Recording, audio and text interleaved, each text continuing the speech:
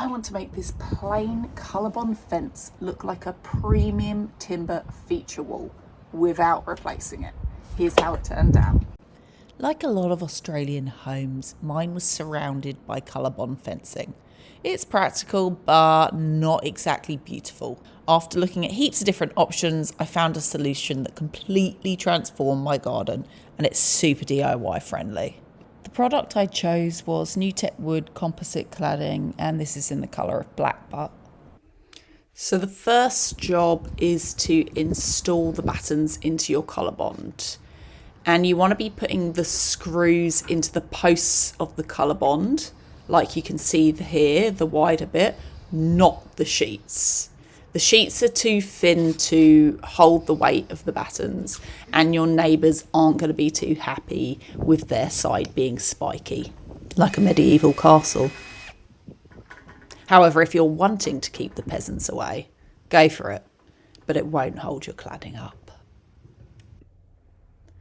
These are the metal screws for attaching your wooden battens to your metal Colorbond fence. If I was to do it again, I actually might have gone a bit longer than the 50mm I bought. But otherwise, these are the right screws to use.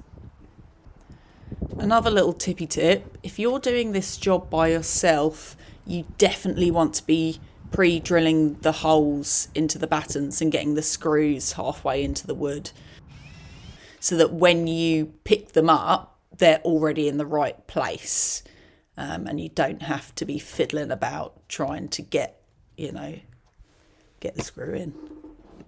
I decided to use H3 treated timber for the outdoors for the battens. The size of the battens I used is 42 times 31mm. The minimum recommended width is 30mm. I had to go with the minimum because of the small gap size between my pool tiles and the Colorbond fence. It was a real squeeze in places. These button head timber screws are the exact ones they recommend in the installation guide, and they worked very well. You just put them in the relevant hole for the one that lines up with your batten. I cut all my panels with this miter saw. It's a rubbish old $15 miter saw from Cash Converters, and it didn't get the whole way through the panels. How annoying, I had to cut every panel twice. Your life will be significantly easier than mine. And I just wanted to show you how the first panel lines up with the wall at the back.